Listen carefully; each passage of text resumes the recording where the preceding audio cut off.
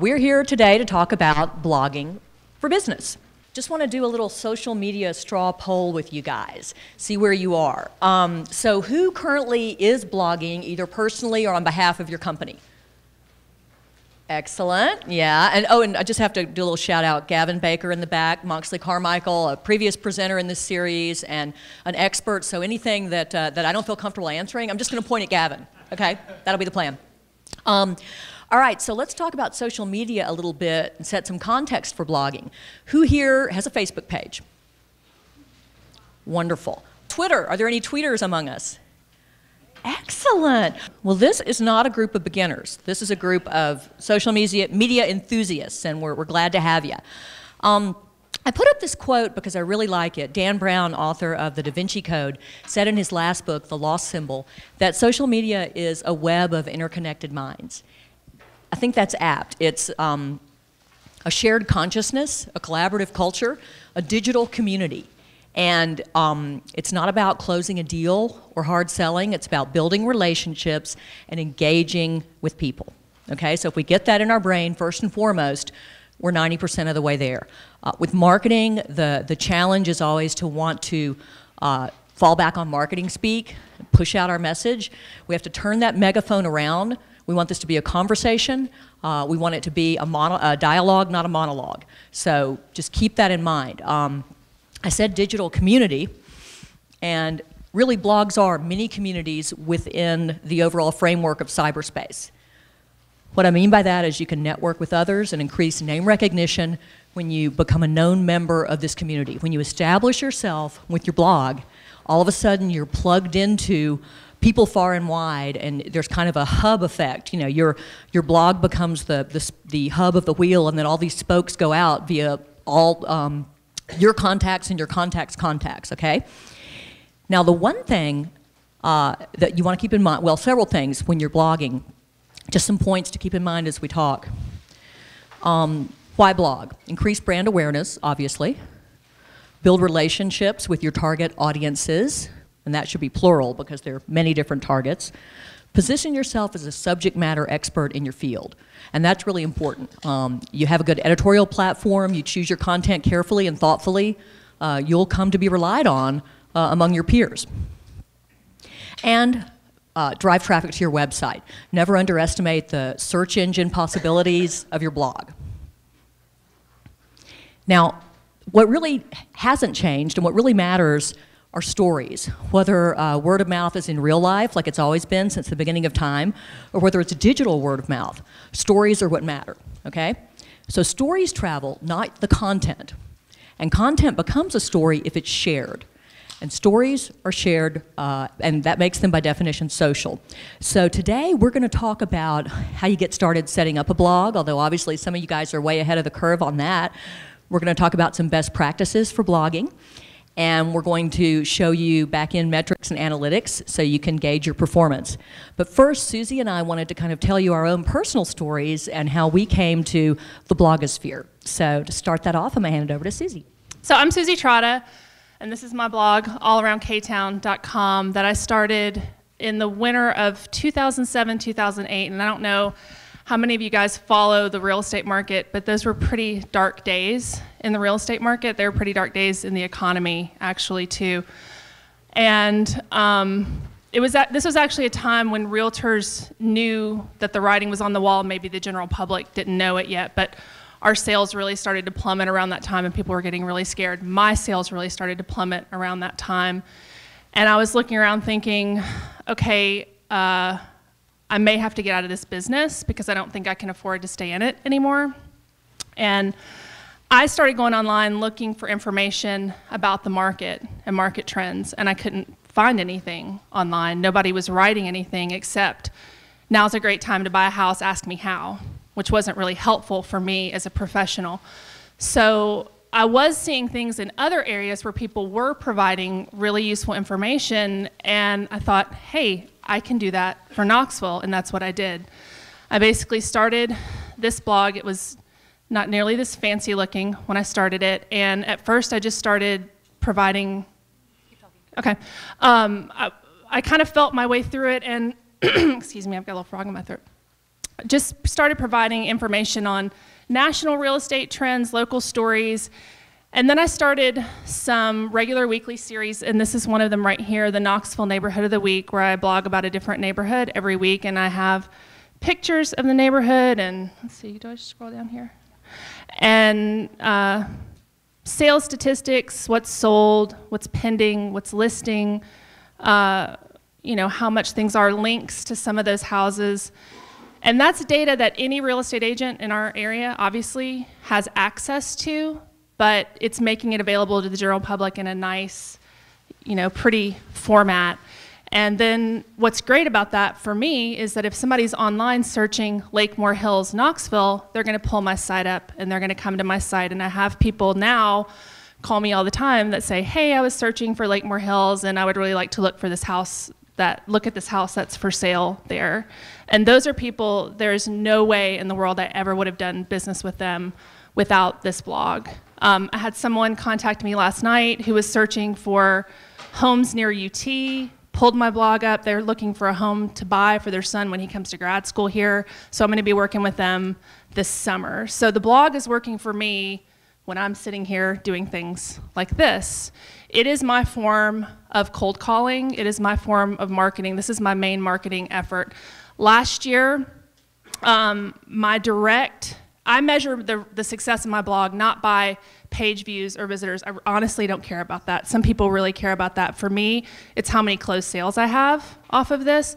Last year, 50% of my closed sales came directly from the blog, and about another 20–25% were referrals from people that I picked up off the blog. So this is why I'm still sitting here in business today, honestly. And I was lucky enough to be asked to write how do I get that? Sorry, not a Mac person. To write the neighborhood guides for another local blog, Knoxify.com. And these are just a little bit more in-depth guides that I do for Knoxify, but it gives me a little bit more exposure, and I get clients directly from these as well. And what we're going to talk about a little bit later is just, you don't have to have a really fancy setup. You don't have to necessarily know exactly what you're doing to get started, but getting started is really important. And you don't have to do it exactly the way anybody else does it, but getting started is really important. Before my time on the agency side, I was with Ed Financial Services for nearly a decade as their Director of Corporate Communications. If you guys don't know Ed Financial, it's a local student loan service provider, national company, but based in Knoxville.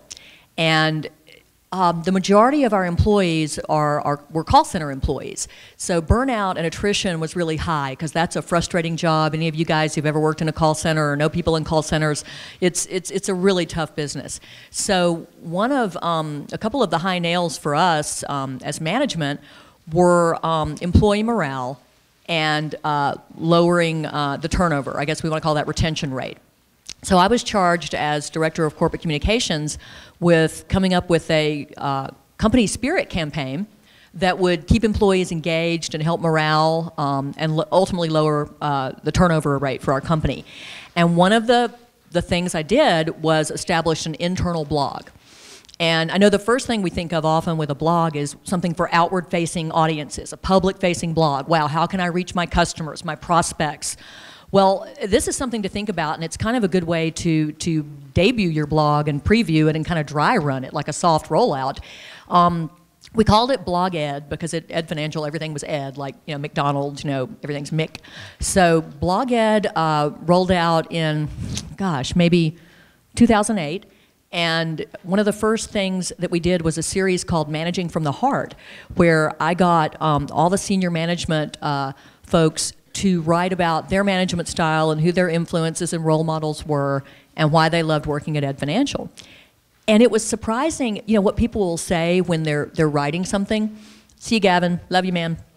And what we found was, the CFO, who, was a CPA and not really accessible, not so much a people person, he talked about his dad who ran a grocery store, and he put up pictures of himself with his dad when he was a kid, and this was on the blog. And the response was overwhelming. I mean, our 500 employees felt like they knew Stephen Beasley. And Tony Holland, our CEO, you know, talked about his grandfather and growing up on a farm.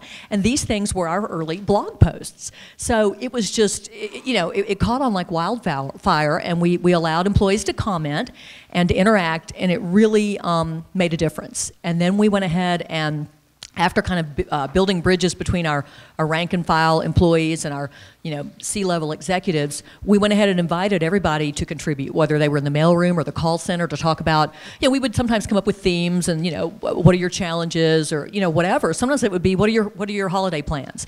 Then we started something called Ed Kids, and people loved this, where they would send in pictures of their family, you know, the little kids in Halloween costumes. I mean, it became a real culture building thing for our company. So that was my first experience with blogging. And it was all within the safe confines of an internal audience. And if you think about it, public relations is really relationship management between an organization and the publics that affect your success. Well, your most important public is who? Your employees, right? Because if those people become your brand ambassadors and they love their work, then, you know, that's the best marketing you can get. So from there, actually via Twitter, I became aware of Knoxify, and Suzy and her colleagues had put out a call on Twitter for contributors of content. So I thought, well, this sounds like fun. So I became a contributor of content, and this, what I loved about Knoxify, the editorial platform is simply all things Knoxville. It's an insider's look at what makes Knoxville a great place to live. And as opposed to some of the blogs out there that are kind of rants and are very negative, this is all positive, and that really appealed to me. So, oh yeah, okay, that's cool. So this is one of my posts. Anyway, what I started doing, I mean, I blogged about things I cared about in Knoxville, and this was unrelated to my work at Ed Financial. It was just something I did on the side. Talked about my yoga studio. Talked about Lakeshore Park, where I walk my dog. But leave that one up there, because that's when I get back to the client thing.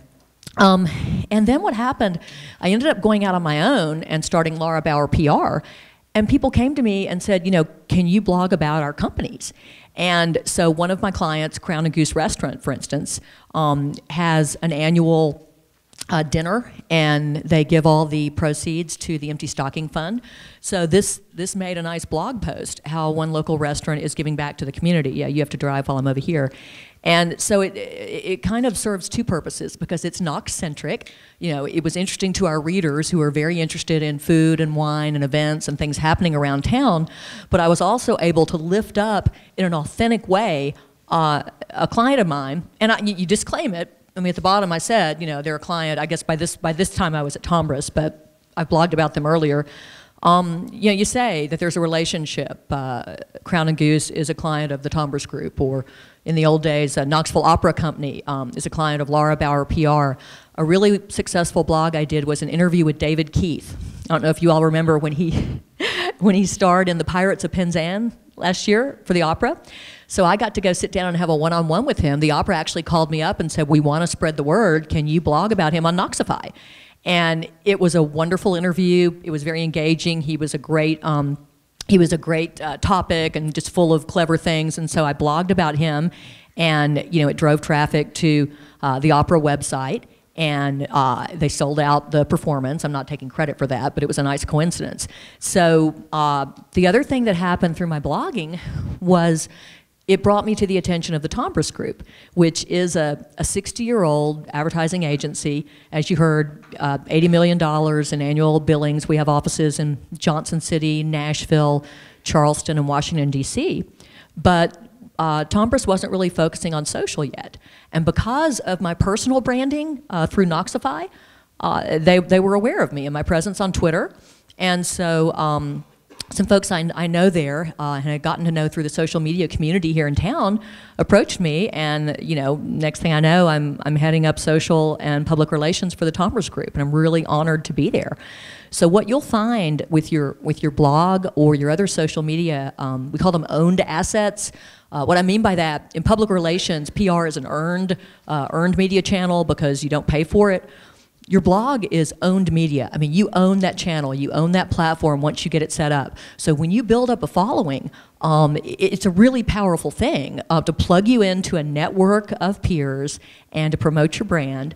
and to elevate your presence as a subject matter expert. Two other things I wanted to add, and by the way, Laura is a little bit of an online phenomenon. She's done a great job at building her personal brand online, but there are so many ways that you can come into contact with so many people that you just never would have had the opportunity to. Through a series of tweets and a blog post on my blog, I actually had the head honcho at Coldwell Banker Corporate post a comment on my blog, which I thought was really cool. Like, how does he even know who I am? That was pretty awesome. And I also was quoted in the USA Today because a reporter was just Googling Knoxville neighborhoods, found the neighborhood guides, and called me and said, we need to talk to a local expert on neighborhoods.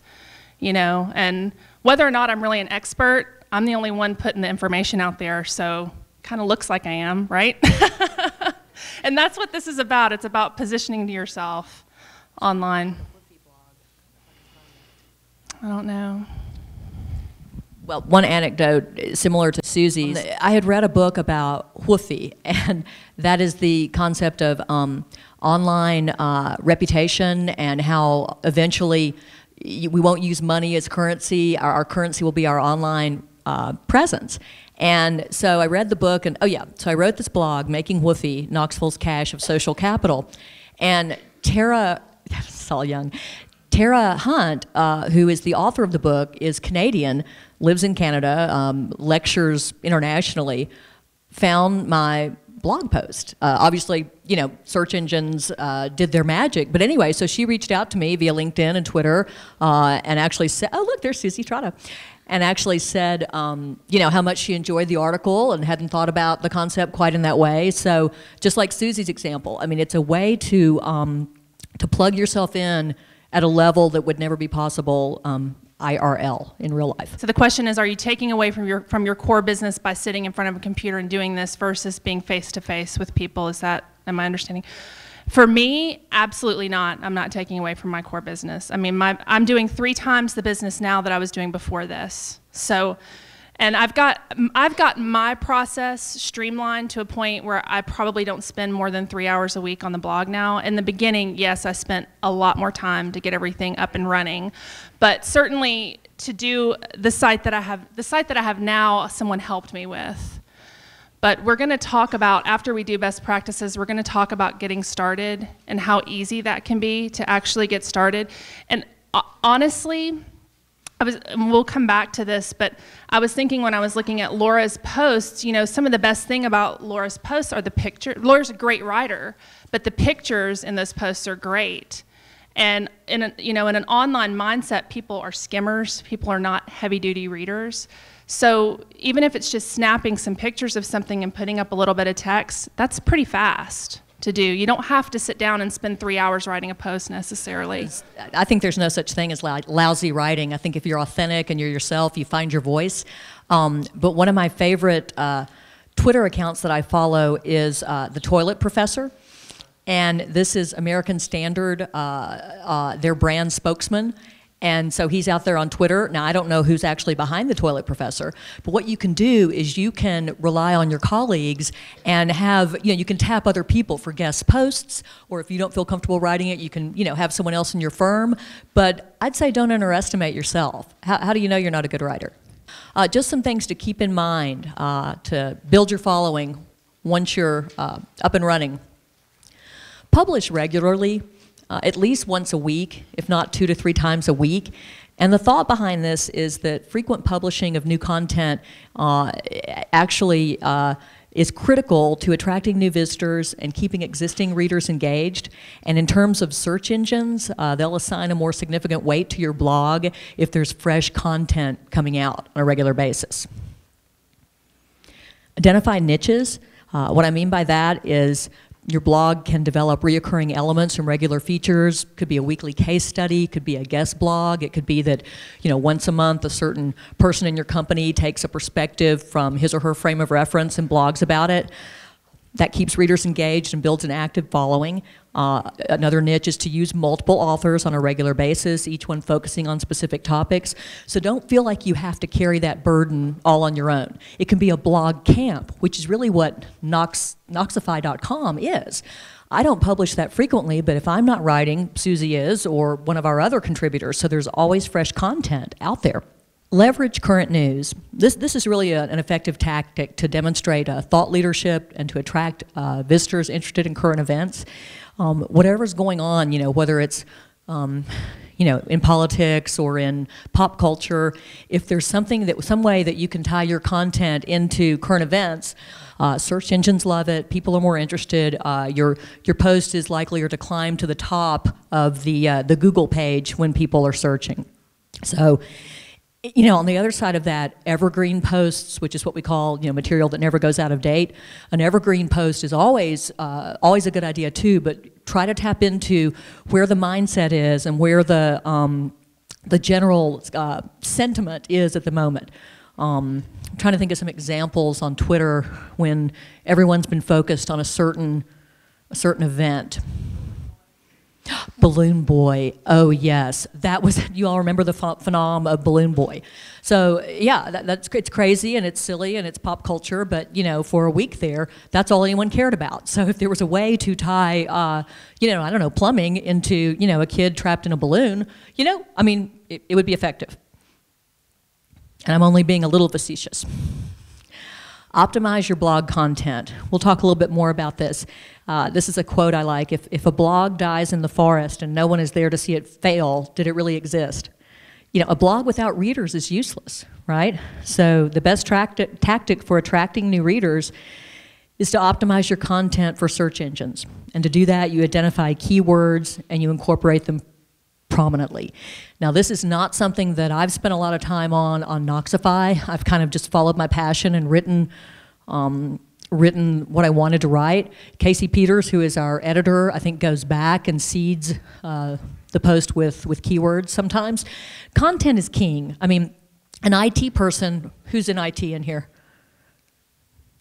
Okay, a few IT guys over there would probably want to lead with the keywords. I say your content is what matters, but if there's a chance to throw in some words that are relevant to your industry, if I'm writing something about social media and I can use the word digital, or I can position the word Tombras in my post in a logical way, then by all means I'm going to do it. And something else to do is to include links in your articles. If not every paragraph, at least every other paragraph. Link back to your original source material, link to related posts that you may have written previously, link to fellow bloggers who are talking about the same content. And that, again, it's all this search engine algorithm that makes it tick. The question was, is it more important to have keywords tagged at the bottom or actually embedded in the post? Suzy? My understanding is that Google likes organic content best, that the tags are important, but that if you tag something that's not, and somebody correct me if I'm wrong on this because I'm not a super technical person, but that if you tag something in a post that's not actually in your content, it doesn't like it as well. So if I'm writing about foreclosures, for example, which I do, and I have those words in my post, I'm fine with tagging it as a foreclosure in the bottom, but if I'm not, I wouldn't do that just to try to get that to pull up in a search. And I would say too, I wouldn't worry, especially when you're starting, about search engine optimization and all this. This is something that you can perfect later, or even get somebody to help you with if you're really worried about it. But I agree, good content is really what you're aiming for. Content that is relevant, that people want to read. And finally, it may go without saying, but remain focused. If this is a business-oriented blog, stay on topic. Now, what I do with Knoxify, I do put a lot of my personality in that, but you have to kind of have a feel for that. It's a gray area, and use your discretion. If it's a business blog, you want to stay on issues that relate to your company or your industry. A certain level of personalization is recommended, but you don't want to express personal opinions to issues unrelated to your post. I mean, you guys know that. It's the same thing you would do with anything. It's just good business sense. Okay, so and I know some of you work for larger companies, and some of you work for small companies, and some of you probably are just one-man or one-woman operations. When I was getting started, I was a one-woman operation. So for me, is that right? For me, when I was getting started, I wanted to be able to be up and running and do what I wanted to do quickly because I was excited to get out there, and I had a vision, and I wanted to go. I started on Blogger, which is a free platform that you literally can be up and started on Blogger in 5 minutes. It's that easy. If you already have a Google account, like if you have a Gmail account, you can use your Google login and get a Blogger account that easily. They have pre-made themes. You don't have to do, there's no technical stuff involved. Everything is very, very easy on Blogger. There's some drawbacks to Blogger that I found later on, but for getting started, this is one great way to get started. Another easy way to get started, how am I doing this, is WordPress also offers free sites just like Blogger does, free themes. The only difference between WordPress and Blogger, and I don't think this has changed, is that on Blogger you can register your own domain name, so www.mybusiness.com, whatever, and you can register that with a site like GoDaddy.com. Blogger will let you use your own domain name. The free version of WordPress will not. Your blog would be mybusinessname.wordpress.com. So it just depends on how important it is to you to own your domain name. I would tell you that it's very important for you to own that, whatever it is. I decided to go, when I did mine, I decided to go with something besides Suzy Trotta, besides real estate, and because I was trying to get away from the model of the sell real estate model of in your face, it's all about me, me, me, me. As an agent, I wanted to make it all about the market, not about me. Another really super easy way to get started is on a site called Tombras, which literally will let you post things from your cell phone. You can post them online. These are quick and dirty ways to get started. There is some customization involved. You can make them, there are very professional businesses that are operating on Blogger blogs and free WordPress blogs that look fine.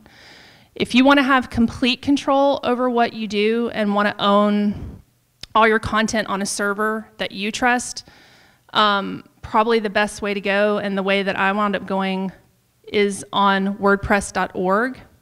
This WordPress.org is a software that you actually download. There are themes available for it. It's a little trickier. I don't do any of this myself, I'll be honest with you. I don't get in this deep to the technical side. I have somebody that helps me with this, that set up a WordPress theme for me. I pay a monthly hosting fee for this. On a site like Blogger or Tombras, you will not pay a monthly hosting fee, but it's $7 a month. You know, it's a small investment, honestly, for me to pay. And then this person, it was actually Casey Peters with Knoxville.com, helped me set my theme up and get everything running. And that's what, when you see all around K-Town now, it's running on WordPress, and so is Knoxville.com, actually. And I think that's a very popular blog format, but it is a little trickier. And this may not be, you know, if you're just looking to get started and get your feet wet, this may not be where you want to start. I don't think there's any shame, honestly, in getting started and feeling your way through what you're doing. We talked about in best practices a little bit, posting regularly. I absolutely agree with that, and be consistent. When you're getting started, one of the things that I asked myself was, what questions do my clients ask me? What do they want to know about? People wanted to know about neighborhoods. People were really worried at that time and are still worried about foreclosures and short sales. So those were two regular series that I started on my blog. Just going back to the plumbing example, I'm trying to think of things that I would Google. I Google plumbing things all the time, you know, long stain on ceiling, like, you know, like a long thin stain on a ceiling, because I'm in home inspections all the time trying to figure out what's going on in houses. So what are questions that your clients are asking you? Those are things that are probably good things to blog about, probably things that people are going to be Googling, looking for. So the question is WordPress.com or WordPress.org better for search engine optimization? Yeah. If you're on WordPress.com, you won't be able to have your own domain. It will be companyname.wordpress.com. If you're on WordPress.org, you will be able to have your own domain. So companyname.com, and he's saying that's better for search engine optimization. Honestly, is there I mean, does anybody know if one or the other is better for search engine? I don't think they are. I honestly, again, I go back to content. Focus on quality content. I don't think your blog platform is going to drive traffic to your site. Yeah, another one that I just wanted to point out that's an up-and-comer is Tumblr, and it is very easy, completely free. You set it up with an email and a password, and you're off to the races. So that's another very low barrier of entry platform for your blogging. And just to build on what Suzy was saying, the Tombras group is about to launch a corporate blog, and we have in-house programmers who build platforms from scratch. We could do whatever we wanted to do. We're going to use WordPress because it's easy to use. It has all the bells and whistles that we need. It can be compatible with Facebook and with our websites. And you know, the gurus in my office, the techno daddies, say that that's what we should do. So, you know, it's good for amateurs and professionals.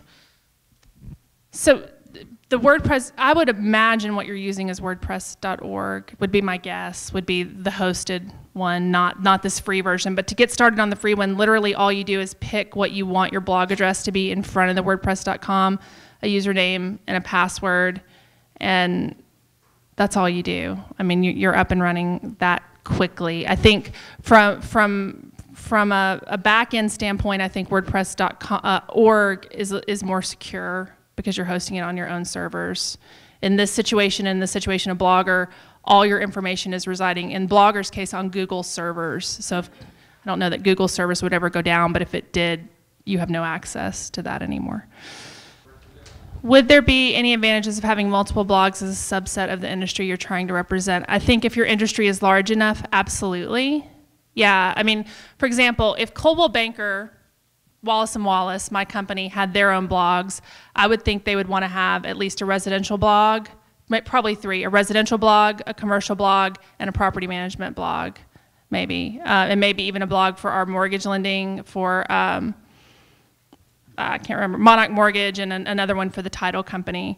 Those, yeah, so if your operation is large enough that you have those very separate and distinct divisions, I think you could do that. Another way you could handle it is have one blog and have regular series of posts on different subjects. But I think, like in real estate, the difference between commercial and residential is so large, I would want to separate those out because those are two very different audiences, I would think.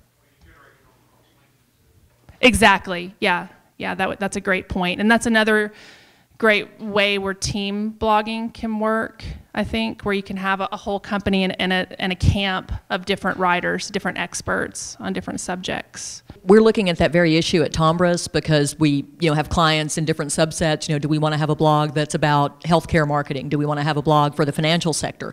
And I think a big thing to think about is resources. If you can do one blog and do it well, that's better than spreading yourself too thinly. But if you actually have the resources to generate content, as you said, in those subsets and those cross-platforms, then by all means, go for it. Okay, so that's basically just the how you get started from a technical standpoint. Obviously, we touched a little bit on deciding on what you're going to write about, and you'll feel your way out through that a little bit. And we also talked about before, you don't absolutely have to write everything. There are, in my industry, for example, there's lots of agents that all they do are picture blogs. They take pictures in neighborhoods of houses and do small comments on them, but they're not writing a lot. They're not putting up, I do a lot of graphs. I do a lot of statistics. They're not doing those kinds of things. So I think it depends on your personality. I think it depends on your industry. Do what you think makes sense for you. And I would also recommend, I did a lot of research before I started my blog. I looked at what other people in my industry were doing in other states, other cities. There's not necessarily any reason to reinvent the wheel. If you see something that somebody's doing, say in Miami, that you think they're doing great, don't rip it off necessarily, but find your own version of that. I think you can make it your own without stealing it. I'm not promoting stealing, am I? No, okay. The question is my blog popular because I include a lot of content versus just photographs? And I think for my industry in the time when I started it, I think the subject matter that I was writing about, yes, made it popular because it was market information and people were very worried about the market. So I think the timing on it was yeah. So what do you do when every realtor on the planet is now a blogger? you just keep your nose down and keep going. I haven't really had to run into that yet. There are people who've started and stopped, and there's a couple other people in town that blog regularly, and I think there's room for us. We're not all necessarily doing the same thing. There's some people in Blount County, some people in Knoxville. I just keep doing my thing and keep branding it my way. I think there's business for everybody. What's interesting that I found in my industry is that I've made friends with a lot of agents from different companies, mostly through Twitter, but that, you know, we have much more sense of camaraderie than I think we would have otherwise, because we tend to be really, really competitive in my industry. But it's allowed us to have more of a meeting of the minds. And, you know, I don't know that there may become a day when there's 100 real estate bloggers in Knoxville, but I think the way you just keep producing the best content that you can, I think. I talked about in the beginning, there's a lot of talk about how do you measure your success rate, your return on investment with blogging. And this is gonna differ for different industries. In my industry, all I care about is how much money I'm making, not to be too crass, but how many closed sales do I have? That's what my boss cares about, that's what the board cares about, how many closings do I have? So I look at how, you know, the clients that I'm getting, and am I closing those sales? Are those real leads? Are those real customers? Because, you know, I talked to an agent one time who said, yeah, we've got this great website, we make people register to do home search, and we get 300 people registering a week. I said, how many of those people have you converted and closed? And she hadn't converted or closed any of them. And she's paying a whole lot of money for that. And I said, okay, that's not what I want to do. What I want to do is engage people, bring them in as clients, and help them buy or sell home and get the deal done. So that's what's important to me. I try not to focus too much on, of course I care if people are coming, but I try not to focus too much on, am I getting more page views today than I got last week? I'm gonna log into Google Analytics and show you how you can see who's coming to your blog. And back to the question of competition for Suzy, I'll kind of blow her horn a little bit here since she didn't, but there's a lot to be said for being the first in your peer group to do something. And she's now established this brand equity around her blog, all around K-Town, and the Suzy Trotta kind of personal brand. And that makes all the difference. I also think, to her point about realtors being competitive, what you'll find in the social media world is it's much more collaborative. It doesn't feel as dog eat dog. I mean, you'll have people you think are your competitors who will share your post or forward a tweet or, you know, like a Facebook comment, because that's just sort of the energy that's out there in social media. Yeah, and what's really interesting is, and this isn't just within my company either, I have agents tell me all the time, wow, I really love your site. I send my clients there all the time. I'm like, really? Because if their client wants information on a strange neighborhood, like maybe Lindbergh Forest, which is a historic neighborhood off Chapman Highway, they'll send them to my site. Now, sometimes those people wind up calling me and saying, I was working with Agent X, but I really like your site, so I want to work with you. That's okay with me. You know, I didn't do that. I didn't go out to steal that client, but this agent's sending their client to my site. So, but it's a resource. I mean, it's so bizarre. And when I can look and see who has subscribed to my site, I allow people to subscribe to my site via a feed reader like Google Reader, but also via email. I have an awful lot of agents who get my posts on a daily basis. Aside from return on investment and, you know, how many sales you're making or how much money you're making as a direct result of your blog, what you also want to see, because obviously if you have a blog and no one's coming to it, that's not doing you a lot of good either. And I know you guys were in sessions about Twitter, you were in sessions about Facebook. Those are all great ways to drive traffic to your blog. You can post your blog posts there. I do it all the time. Probably Twitter is without Twitter, I don't think anybody would have ever found out about my blog, honestly, much more so than Facebook back then, but that's been almost 3 years ago. So I actually have 2 different blogs, one of which I've kind of neglected, but I have allaroundktown.com, and then I run a blog for my own neighborhood that I live in, just because I do it on Blogger. It's cheap, it's easy, it's fun, and I've gotten business from that too, which is fun by me too. But I can go on here this is Google Analytics, and this is basically just a piece of code that you can add to your blog. I'm not going to get into the technical side of that, but it allows you to see more information than you ever wanted to know about the people that are coming to look at your blog.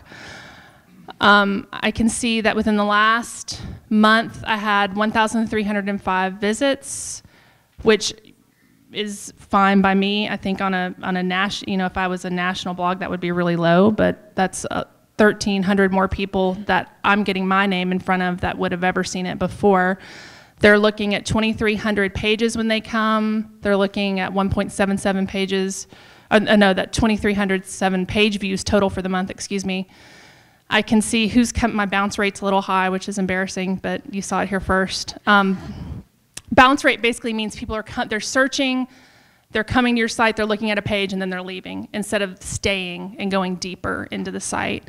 Average time on site, a minute 14 seconds, and I have 62.91% new visits. I can also look at a map and see where people are coming from, what countries they're coming from, if that's important, if you have an international business. I have reached people overseas who've moved here. Okay, so let's look at, you can also see where your traffic is coming from, which is important. So 20% of the people that come to my site are directly coming. They're typing in allaroundktown.com. 21% are coming from other referring sites. 44% are reaching me via search engine. My top traffic sources are Google and Twitter, and the feed burner are people that are subscribing to my feed, and we'll show that in just a minute. The keywords people are looking for, they're looking for me. They're looking for Villa Colina.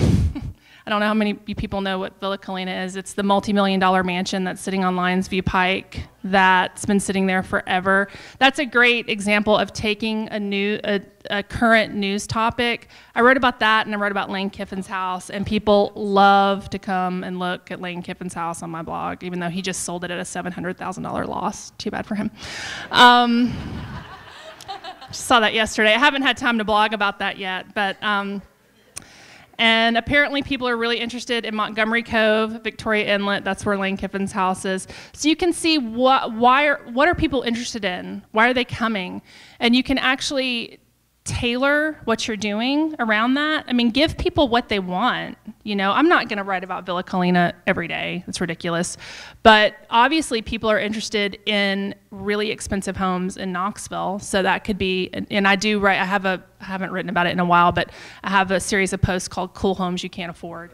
The points made were, where's your audience? Determine your audience, small steps, and hire it out if you need to, absolutely. Yeah, I mean, not everybody has to get started on their own. Your company may be too big to get started on its own. You may need to hire a firm to do this for you, absolutely. Yeah, I do want to speak to that without being self-promotional, but since we've opened that door, no, that's cool. A lot of people, you know, social media is almost frightening in how accessible it is. I mean, that's the beautiful thing about it and why it's taken off organically. But it also leaves a lot of room for error, for trial and error, which is fine, but you also don't want to sabotage your brand by not doing the right thing. So there are experts, and we are happy to help you. And you know, you can dabble in it yourself, but just because you can doesn't mean you should. I mean, I can open the hood of my car, but I'm not really a mechanic. I mean, you can give me a wrench and whatever, but I wouldn't really know what to do. But it's accessible to me. It's right there in my garage, and there's a toolbox even, I think. Yeah, I got a little hammer that's decoupaged, and it's so cute, but I won't use it on my car. So the same thing is true with social media. It is accessible. You can do it on your own. Whether or not you should, could, would is a whole other question. His point was, when you own a business, you have one chance to make a good impression. If you do it poorly, it could take you a long time to get away from that. And I think that's true, but I also think don't get so caught up in that mindset that you don't get started. There has to be a balance in there somewhere. Yeah, you may put up a few blog posts you weren't that proud of, but cares? I mean, at the end of the day, you know, I did a crazy blog post when I first got it started about split foyers. I don't know why. It's still one of the #1 visited blog posts on my site. I mean, it was the dumbest post I ever wrote, but nobody writes about the split foyers apparently. So, which is another, I'm going to seg just a little bit. And that's great. It's great that that post gets so much traffic, but that traffic doesn't convert because those people aren't looking to buy or sell houses in Knoxville. So when you're writing about things, don't write about things just to get traffic to your site if you're not going to bring your target audience in, like he was saying. Don't just write for traffic, write for your audience. That's a great point that he made. I just wanted to show really quickly, because we were talking about RSS updates and email updates. So not everybody wants to go type in www.allaroundktown and go to my site every day. Some people are going to want to have my posts emailed to them. I make that very easy for them to do on my homepage. They just have to type in their email address, and then every time there's a new post, they get it in their inbox. And then some people are actually going to want to do an RSS update. If you have, how many of you have ever heard of a news reader like Google Reader? Okay, it's basically a website that you have where you gather all of your blogs that you follow together in one place. But you can put every blog in there that you follow, and there are some people that's how they want to read my blog. So they log in and they say, of all the blogs I follow, I have 500 new posts, and they can just skim down and see those really quickly without having to actually physically type in the addresses of a bunch of different sites. Let me see if I can pull this up quickly. Yeah, so there's, see, 1,000 plus because I haven't read anything. But here's my blog reader where I just follow a whole bunch of stuff. Some of it's real estate related, some of it's Knoxville related, some of it's blogs my family writes. I keep up with my family through family blogs, but it's all there in one place, and it's easy for me to hit. When I have time, I can go and spend 20 minutes kind of combing through this and see. There's some local blogs I really like to follow, like Property Scope, Josh Flory for the News Sentinel. I like to see what's going on in the local Knoxville market. He blogs about that. And those blogs can then in turn give me ideas of what I want to blog about. And maybe if Josh Flory writes it, like yesterday, he was the one that broke the news that Lane Kiffin took the $700,000 hit on his house. I might post a blog post on my site linking back to Josh Flory's blog, which is great for me. That's how I got to know Josh Flory. So now sometimes if he needs a quote for the paper, he'll call me. That's a good relationship to have. So linking to other people's blogs can be another way to drive relevant traffic to your blog as well. So it's important to keep up, I think, with if you want people to be interested in what you're doing, be interested in what they're doing. We've got some handouts in front of, well, a handout in front of you. I think yours is one page, front and back, and just kind of want to go over a couple things with you. This is something you can take home with you. We've got some do's and don'ts and some sites to follow. But what I wanted to draw to your attention are the blogging tools for 2011. And basically they're just some, like Suzy said, you don't have to get too hung up on the technical side of it. But an editorial calendar, there's a plugin that lets you see your blogging schedule in an easy to consume way. It can help you think through your themes, and you can pick it up there at the link that's on the sheet. WordPress Touch is a mobile theme for WordPress. Right now, mobile penetration is something like, gosh, I'm drawing a blank. It's a huge percentage of the general population, and in the business community, smartphone penetration is almost 100%. So a lot of people are accessing their internet via mobile sites, so it's great to have a mobile version of your blog for people reading it that way. Again, this is just kind of an upgrade here of the Genesis Premium WordPress theme. Chris Brogan uses that. He's a blogger. If any of you all follow him, very successful. And what makes it useful is it helps with the SEO basics, helps with design, and has several useful themes that let you design faster. And then share this. That's a place you can just get a social sharing button. Just like Suzy was saying, you want to have the RSS feed. And this is really key, where people can go ahead and share it on Facebook right away, share it on Twitter. If you're in one of my individual posts, you can actually email it to somebody if you want to. You can print it, obviously, but you can hit on share this, and you can email it, send it to Facebook, send it to Twitter, send it on to Google Buzz if anybody's using that anymore. You can blog about it on your Blogger site. You can send it straight to your Blogger. You can send it to your instant messaging. You can send, and then I can hit view. There's even more. You can send it to everybody in the world. So, but you want to make that easily accessible for people that are reading your blog to share that with people they think would be interested in it also. So we're just going to go over quickly on the second page some blogging do's and don'ts, and I think these are pretty applicable no matter what industry you're in, no matter how large your business is. Do be informative. Provide valuable information that makes you an expert in your area. No matter what your area is, there's information that people need or want about it. I feel pretty sure about that. Be candid. Give a glimpse behind the scenes into your daily activities. People love to know kind of what goes on behind the curtain and whatever it is that you do. People are curious about that. Be consistent. We've talked about this. You don't have to post every day. As a matter of fact, you don't want to post. You don't want to throw out so many posts that it overwhelms people. Like you saw my feed reader. I'll never read all those posts. I'm just going to read the ones that look really interesting to me. And honestly, if I follow a blog that posts 100 times a week, I'm more than likely going to unfollow it. It's too overwhelming. But be consistent. So the question is, should you have several posts to post immediately when you first start? I don't know that that's necessary. No, I think you can start saying, this is what I'm planning on doing. The first post is the hardest because, it's kind of like, hey, I'm here. What am I going to do? Give a mission statement. Say kind of what you're going to do, how you plan to follow up. You can change that as you go along, but kind of say, this is why I'm here. This is why I'm blogging.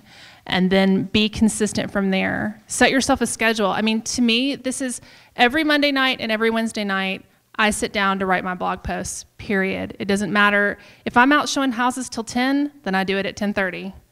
It's just, I'm that disciplined about what I do because it's my business. It's not playtime for me. Not all of you will be writing your own blogs. You may have people to do that for you, and that's great. But for what I do, it just wouldn't be authentic for me to have somebody ghost write this for me. So that's what I can handle, and that's what I do.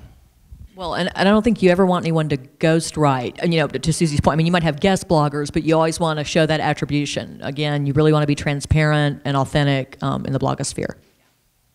Yeah, that's true. So be consistent, yep. And be yourself. Let your audience, if you're writing from a more personal standpoint, which is what I do, I let my audience get to know me. They always say in real estate, people do business with people they know. So I definitely let my personality come through. I always avoid marketing speak when I blog too. That's not me anyway. Be professional. I would never write anything that I would not say directly to a client, and I have that same thing on Twitter and on Facebook, and I respect my clients' confidentiality. There's all kinds of things I would love to blog about. I'm keeping them all for the book one day, but I don't put them all out there because it's not right, and I don't want to get sued either. And be creative. We've talked about this. Blogs and blog posts come in all shapes and sizes. Pictures, video. That's something. They're vlogging. There's a real estate agent in Murfreesboro who I actually talked to him. He said, man, I can't write. I just do video. And he does great video. He has a great charisma. He sits down every Tuesday morning and does the Tuesday morning update. And he posts it to his blog. He posts it to Facebook and just says, hey, this is what's going on in the Murfreesboro market this week. It takes him 20 minutes. He's done. Boom. That's all he does. But it's worked. He's gotten so much business from it. It's incredible. Don't be in constant sales mode. Blogs are not the places for sales pitches. I never sell on my blog, ever. Ever, ever, ever. And I never tweet listings. I never put my listings on Facebook. People know where to go to find my listings. I don't do any kind of a hard sales approach ever. There's a link to my listings on my blog, but I don't talk about them. Don't ever be negative about anyone or anything unless it's absolutely relevant to your message. Don't be too personal. It's great to show your personality, but again, Laura touched on this. This is not your personal dear diary. People don't need to know what's going on with my family. I don't want people to know what's going on with my family. There's a line that I draw there. Don't be too worried about the technical side. We've talked about that, I could admit. And don't be a thief. It's never okay to take someone else's words ever. It's fine to build a blog post around something that someone else has written. People do it all the time, and it's a great compliment to someone. Just give them credit back when you do it. And that's a great way to do a really short, quick, easy blog post too. Just remember to always give credit. And if you find something somewhere, like if Laura posts a great article about, I don't know, Balloon Boy, and I've never seen it anywhere else, and I want to share it with the world, I'm going to say thanks to Laura Bauer for, cluing me in on this. Always give credit to people, and that's a great way to get people to give you credit for things when you write them. Treat other people like you want to be treated, basically. The question is nonprofit, and how does blogging fit in to an already existing website? Yeah. Do you mind me asking what the nonprofit is? The Leukemia and Lymphoma Society. I think absolutely in that situation, what you're trying to do there is draw attention to this cause and support to this cause. So personal stories are a great way to go in that situation. And that's what I mean when you have to think about, what am I doing? What do people need or want to know? And you're not necessarily trying to get sales, but bring awareness. Your blog can be a part of your website. It can be a link. A link, yeah, a different part. And it might actually be linking out somewhere else, but the person on your website wouldn't know that. But if you had a main website, you could say visit our blog. You could put up on the main page. There's lots of different ways to do that, but probably the best way is to link to it off your main site, especially if your main site's getting a lot of traffic. Certainly, I would. And something I'd add to that, and I don't want to just blow y'all's minds with this, but social media is so huge now that a lot of companies are even just going with their social networks instead of a website. Now, obviously, if you have a website and it's established, you can use these platforms to drive traffic to your site, absolutely. But think about fleshing out your Facebook page, having a blog, having your Twitter account, and those end up being your digital presence. And nonprofits are having great success with social media. Cause marketing is something people care a lot about. There are ways to do fundraising drives through Twitter, through text messaging, mobile applications, and the personal testimonial is, that's the essence of social media. So I say way to go, and that's wonderful. It led to a blog, and whether you house it on the website or have a link, a different URL and it's elsewhere, it doesn't matter. It's all about your message and your content, and it's going to do good things for your cause. Is blogging the new cold calling? Is social media the new cold calling? I think for me, it absolutely has been. I think it's going to depend on the industry that you're in and what you're doing. I think for some industries, let's back up for a second. It's a great place to get started, yeah. But like Laura, I had to meet in real life. It's a great place to get started and then go follow it up. Yeah, I mean, you're never going to replace face-to-face human interaction, I don't think. So in this situation, you would actually have an advantage because you're letting it through, and I really believe in kind of the power punch of Facebook, Twitter, and blogging used all together, because you're really letting people get to know you or get to know your business on a certain level, a deeper level. And the great thing about what I love about what I do is I don't have to call people anymore. I have people call me and say, would you be willing to work with me? Heck yeah, I'll be willing to work with you. But I mean, and if you're used to making those kinds of calls, you know how nice that is to have people call you and say, I want to do business with you, instead of you having to chase people around. I think if it's done well, I think if you give people good information, if you are honest and transparent with people online and not constantly selling, hard selling. I mean, there's a difference between promoting yourself, making yourself attractive and saying, buy these ads now. I think, yeah, you'll create your online presence and an online brand. When I'm looking for somebody to do something, like whether it's a plumber or a banker or a CPA, I want to see if any of my Twitter friends are in those industries first. I'm going to go with my online contacts, or I'm going to send out a message and say, hey, yeah, I found the best hardwood guy, if anybody ever needs a hardwood guy. I said, I need a hardwood guy now. And I got back like 8 responses and, just called people and got quotes. So if people know you from there, they're absolutely going to recommend you. It's just think of it like an online chamber of commerce or Rotary Club or whatever. You are connecting with people even if you've never met them.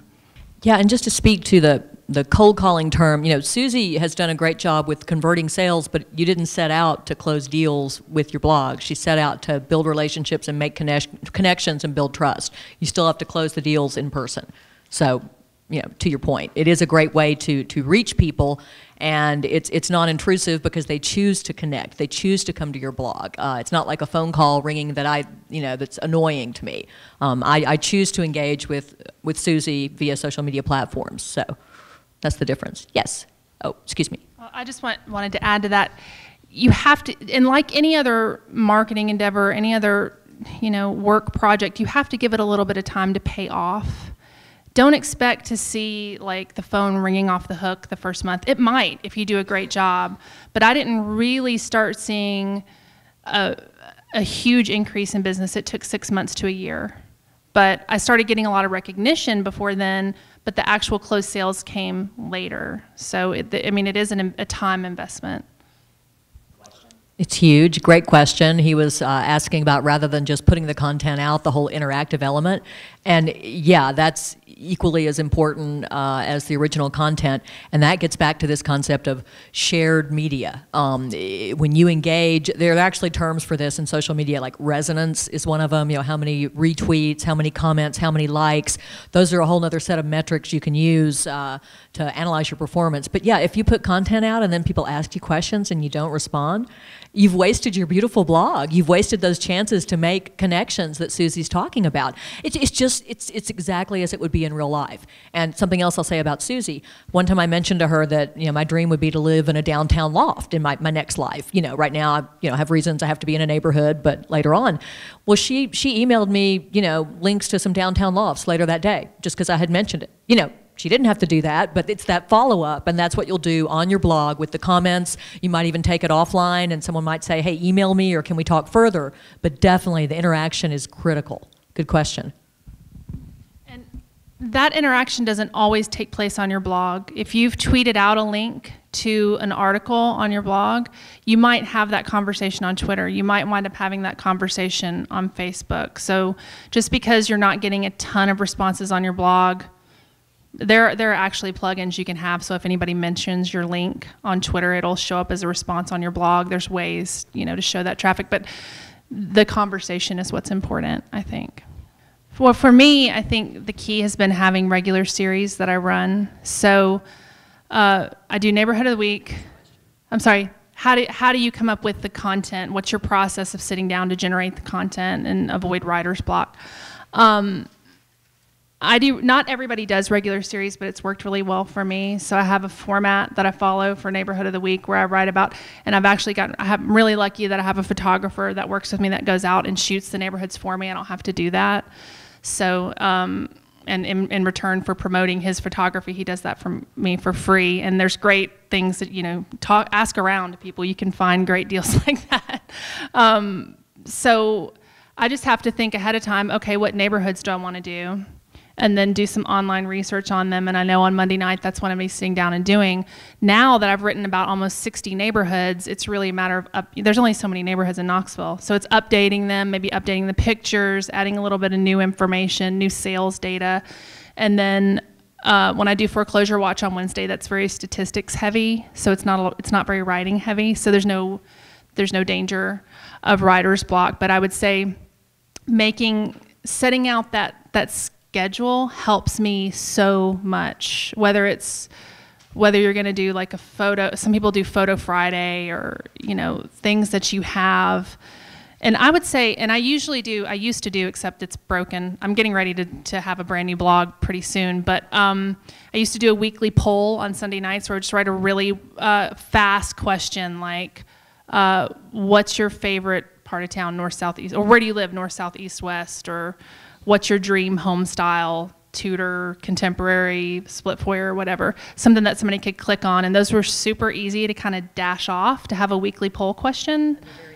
Very interactive. People love to come back. It's a great way to generate traffic to the site because then people have to come and actually click on it on the site. So think of ways that you can give yourself a break.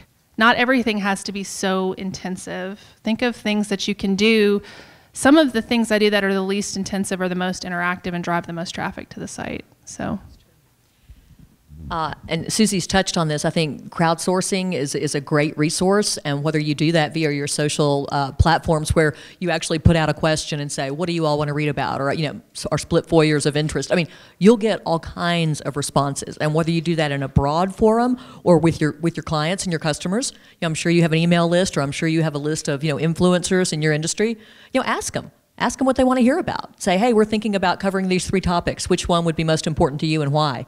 People are always happy to give you their opinions, I've found. And another thing I don't think we touched on that we meant to touch on was guest blogging, and that can work both ways. So if you have a blog and you're totally slammed with work, you're the only one running it, you don't have any ideas, think of people that could help you out by writing posts on your blog that would jive with what you do. Like I might get a mortgage broker to write about new FHA rules on my blog, something along those lines. The flip side of that is if you don't want to start your own blog, look around for guest blogging opportunities for yourself. Where have people already started a successful blog that you can just kind of jump on their bandwagon, that it's a topic that maybe fits in with what you're all about, that you could blog once a month, or that's a really great way to get in and get running without having the startup. And people are always looking for content for the very reason that you mentioned. Is there any downside to all this? Well, you want to be really careful not to get sued, that's for sure. You want to have a terms of service on your site saying, this is all my opinion. If it's just, let's say it's me writing for Coldwell Banker Wallace & Wallace, it's my opinion. It's not Jim and George Wallace's opinion or Coldwell Banker Corporate's opinion. You want to be really careful not to publish confidential information about clients or trash talk other people in your industry. Use your common sense. No, you can have that disclaimer just posted on your site. Yeah, but I know people who, especially people who blog outside of their work about other things, will, on every single post, they'll disclaim, my views are not the views of my employer. But, and if you're a big enough company, that may be something that you want to consult a legal team about. So, what line of work are you in? Oh, love Tate's Day Camp. Sent my son there for years. But Suzy's right. I know there's some bankers here, and I think your area is obviously much more heavily regulated, and you're going to want to be more careful about what you say. But yeah, I mean, it depends on the industry.